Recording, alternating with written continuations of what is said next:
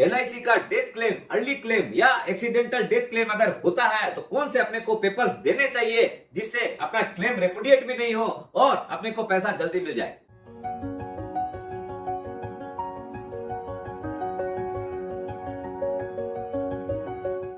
सुप्रभात दोस्तों, आप सभी का SK हेल्थ एंड वेल्थ में स्वागत है। दोस्तों, जब भी हर आदमी इंश्योरेंस का पॉलिसी लेता है तो दो चीज सोच के लेता है कि अगर मुझे मैच्योरिटी क्लेम ही लेना है, लेकिन अगर कहीं पे मेरी अगर मृत्यु हो जाती है, प्लान टर्म अपना जो पीरियड है उसके खत्म होने से पहले, तो मेरे पीछे से मेरे परिवार वालों को कोई कमी नहीं आए। और ये जो जमाना है वो न्यूक्लियर फैमिली का है, तो वहां पर परिवार बहुत ज्यादा दुखी भी हो सकता है, बहुत ज्यादा मोहताज भी हो सकता है। भगवान न करे किसी के साथ ये हादसा हो, लेकिन नियति को कौन जानता है कब किसके साथ क्या होगा। इसलिए दोस्तों, अपने को अगर क्लेम लेना पड़े तो जो आदमी करवाता है वो तो चला जाता है, तो उसके पीछे से अपने को कैसे क्लेम सुचारू रूप से मिल जाए उसकी डिटेल्स लेते हैं। इस परिस्थिति में एडवाइजर जो एजेंट रहता है उसका रोल बहुत ही महत्वपूर्ण हो जाता है। क्यों कि आम आदमी इसके बारे में जानता नहीं है, और जो एजेंट एडवाइजर होते हैं उन लोग प्रोफेशनली क्वालिफाइड होते हैं, उनका इतना एक्सपीरियंस रहता है उसकी वर्च्यू से, जिससे कि क्लेम भी टाइम से अपने को मिल जाए। और कई बार तो क्लेम रिजेक्ट हो जाता है, क्यों कि आदमी सही तरीके से पेपर जमा नहीं करता है या बहुत प्रोलॉन्ग्ड डिलेड हो जाता है। इसलिए यहाँ पर उनका रोल बहुत महत्वपूर्ण है। इस दुखद घटना में सबसे पहला जो काम होता है वो अपना क्लेम को रजिस्ट्रेशन कराना। राइटिंग के अंदर एक अपने इंटीमेशन देते हैं इंश्योरेंस कंपनी को। जिस ब्रांच में पॉलिसी बनी थी उसी को सर्विसिंग ब्रांच बोलते हैं। वहां पर अपने को इंटीमेशन लेटर के साथ में ओरिजिनल डेथ सर्टिफिकेट लेके जाना रहता है। उन लोग with A copy, xerox copy, और वो लोग क्या करते हैं, वहां पर जो अधिकारी है वो उसको ओरिजिनल को वेरीफाई करके अटेस्टेड कर देता है, और अपने को उसके जो क्लेम से रिलेटेड जो फॉर्म्स हैं वो क्या क्या लगते हैं वो सारे आपको देता है, और उनको अपने को फिलअप करके आगे का काम करना रहता है। वैसे तो मैंने आपको सारी डिटेल्स बताई है, फिर भी आपको एक साथ में जिस्ट दिखाने के लिए मैं आपको सारी चीज बता रहा हूँ कौन से फॉर्म लग रहे हैं। ये एक लिस्ट है जो कि अपने को देनी है सारे डॉक्यूमेंट्स को। ये नॉन अर्ली क्लेम वालों के लिए है, और जिन लोग का अर्ली क्लेम होता है वो हॉस्पिटल के डॉक्यूमेंट्स है जो मैंने अलग से वीडियो में बताए हैं। ये वाला क्लेमेंट स्टेटमेंट है, एनेक्सर 1 बोलते हैं। इसके अंदर जितनी भी चीजें आपको देख के बतानी है, लिखनी है, बहुत सही सही लिखनी है, नहीं तो क्लेम रिजेक्ट हो सकता है। और एक सबसे बड़ी चीज है इसमें, आप जो क्लेम कर रहे हो किस हैसियत से कर रहे हो, नॉमिनी के हिसाब से, असाइनी के हिसाब से, एग्जीक्यूटर, एडमिनिस्ट्रेटर, ट्रस्टी या बेनिफिशियरी या अपॉइंटी, ये बहुत ही महत्वपूर्ण चीज है, इसमें कोई गलती नहीं होनी चाहिए। बैक साइड में आपका जो है ये यहाँ पर आपने साइन होंगे। ये जो विटनेस है ये आपका, जैसे मैंने आपको बताया था, एडवाइजर जो कि DM क्लब से ऊपर की रैंक का होना चाहिए, और भी जो लोग हैं वो सारी इसके अंदर डिटेल दी हुई है, उन लोग भी अटेस्टेड कर सकते हैं। ये अपना फॉर्म नंबर 3801 है जिसको डिस्चार्ज वाउचर बोलते हैं। 1 रुपए के रेवेन्यू स्टाम्प पे इसको डिस्चार्ज करके देना रहता है जो कि क्लेमेंट रहता है, और अपने को ये छोटी सी डिटेल सारी सबमिट करनी है, और विटनेस जो है यूजुअली एजेंट कर देता है।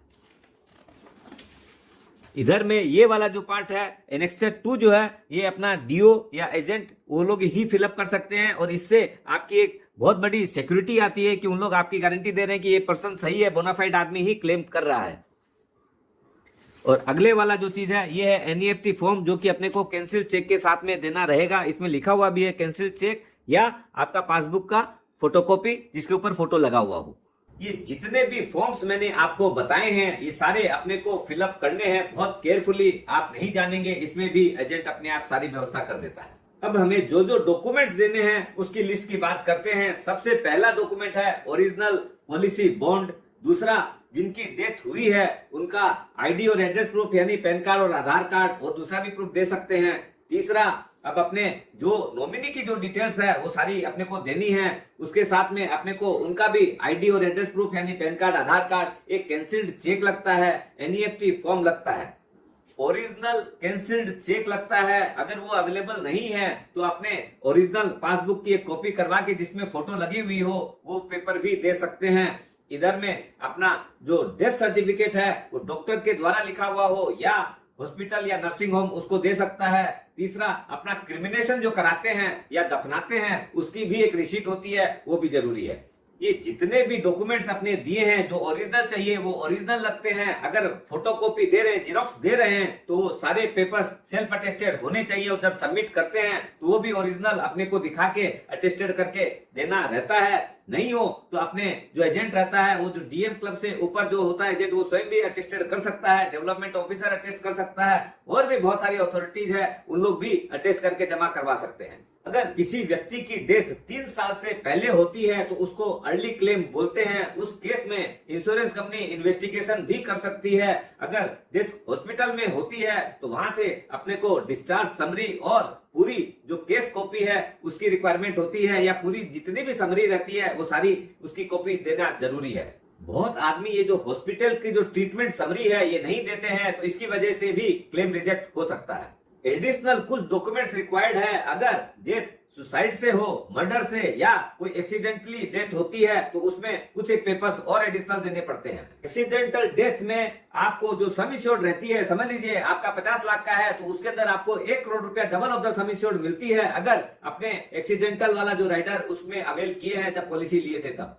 एक्सीडेंटल केस और ये जो 3 केस आपने डिस्कस किए हैं उसके अंदर जो सबसे पहला रिक्वायरमेंट है, एफआईआर का सर्टिफाइड कॉपी होना चाहिए। पोस्टमार्टम अगर हुआ है तो उसका पूरा रिपोर्ट होना चाहिए, और फाइनली पुलिस का इन्वेस्टिगेशन का फाइनल रिपोर्ट भी उसके साथ में इंक्लोज रहना चाहिए। कई बार ऐसी त्रासदी भी हो जाती है, जैसे अभी कोरोमंडल एक्सप्रेस का अपने 2 जून 2023 को बहुत बड़ा विराट एक्सीडेंट हुआ था। ऐसे केस में क्या करते हैं, इंश्योरेंस कंपनी जो है अपना एक सर्कुलर निकाल देती है कि जिन लोगों का भी ना अगर गवर्नमेंट का जो डेथ वाली जो लिस्ट है उसके अंदर अगर रहता है तो उन लोग ये तीनों पेपर वेब भी कर सकती है, और उन लोग बहुत इजीली क्लेम सेटल कर सकती है।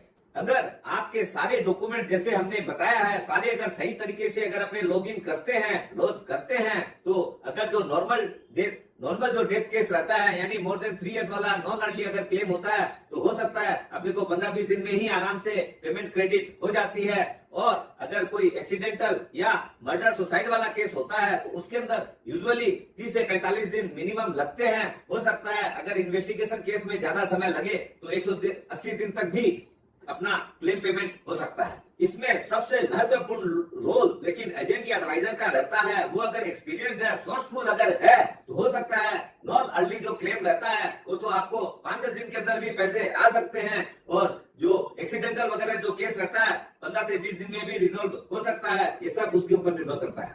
दोस्तों, इसलिए अपना जो भी डॉक्यूमेंट्स रखें वो बहुत सही तरीके से रखना चाहिए। स्वस्थ रहे, मस्त रहे और सही डॉक्यूमेंट दें, सही समय पर और जल्दी क्लेम पाएं।